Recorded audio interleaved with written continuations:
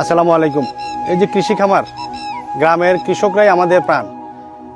এই যে ভেন্ডি ক্ষেত, এই যে দেখেন কি সুন্দর, দেখেন তাজা সবজি, গ্রামের কি সুন্দর লাগে সবজি বাগানগুলো। কৃষকরা যে পরিশ্রম করেন, আসলে ওনাদের প্রতি আমরা কৃতজ্ঞ।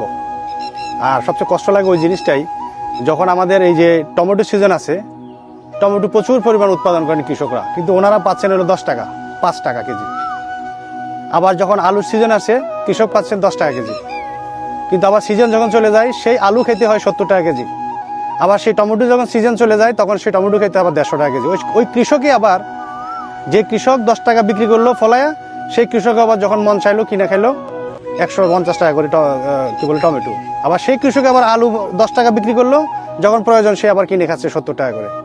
তার মানে বোঝা গেল যে আমাদের কৃষকের আমরা কতটুকু মূল্যায়ন দিতে পারছি। তাই আমাদের সরকারের কাছে অনুরোধ যে কৃষক বাঁচলে বাঁচবে দেশ। তাই কৃষকদের বাঁচানোর জন্য এই যে দরগুলো, দামগুলো, কৃষকরা যদি ন্যায্য মূল্যটা পায়, নিশ্চয়ই দেশ কৃষকের প্রতি, কৃষির প্রতি অন্তত উদ্বুদ্ধ হবে, ভবিষ্যতে আর বেশি করে লাগাবে। আর চলে যাচ্ছে, হয়তো আবারও আসবো বিবেকের কোনো না কোনো বিষয় নিয়ে। সেই পর্যন্ত সবাই ভালো থাকবেন। আসসালামু আলাইকুম।